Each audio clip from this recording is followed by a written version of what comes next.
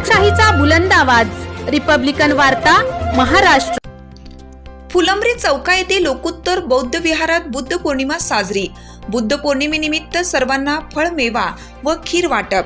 फुलंब्री तालुक्यातील चौका येथे लोकोत्तर बौद्ध विहारात बुद्ध पौर्णिमा निमित्त सर्वांना फळे, मेवा व खीर वाटप करण्यात आली। याबाबत सविस्तर वृत्त असे की दिनांक 23 मे रोजी बुद्ध पौर्णिमा जगभरात साजरी करण्यात आली। विशेषतः आपल्या देशात वैशाख पौर्णिमेच्या दिवशी साजरा केला जातो।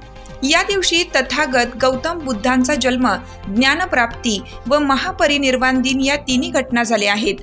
आपल्या मानवतावादी आणि विज्ञानवादी धम्म सिद्धांतामुळे तथागत बुद्धांना जगातील महापुरुष व गुरु मानले जाते।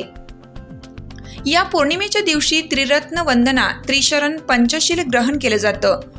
उपोषित व्रत पाळले जाते। या दिवशी बुद्ध विहारात जाऊन तथागतांना अगरबत्ती, मेणबत्ती लावून पुष्प अर्पण करून पंचांग प्रणाम केला जातो। बौद्ध धर्मातील पवित्र ग्रंथाचे वाचन केले जातं।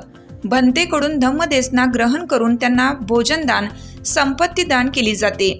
याच निमित्ताने आंबेडकरवादी संघर्ष समितीचे जिल्हाध्यक्ष विनोद कसारे, सामाजिक कार्यकर्ते दिलीप हिवराळे, ऋषी पगडे, सोहेल पठाण, संदीप मस्के, करण कल्याण, दीपक शिंगारे, रोहित डोंगरे, ज्ञानेश्वर ढोले आदी मित्रमंडळातर्फे चौका लोकोत्तर बौद्ध विहारात फळे व खीर वाटप करण्यात आली।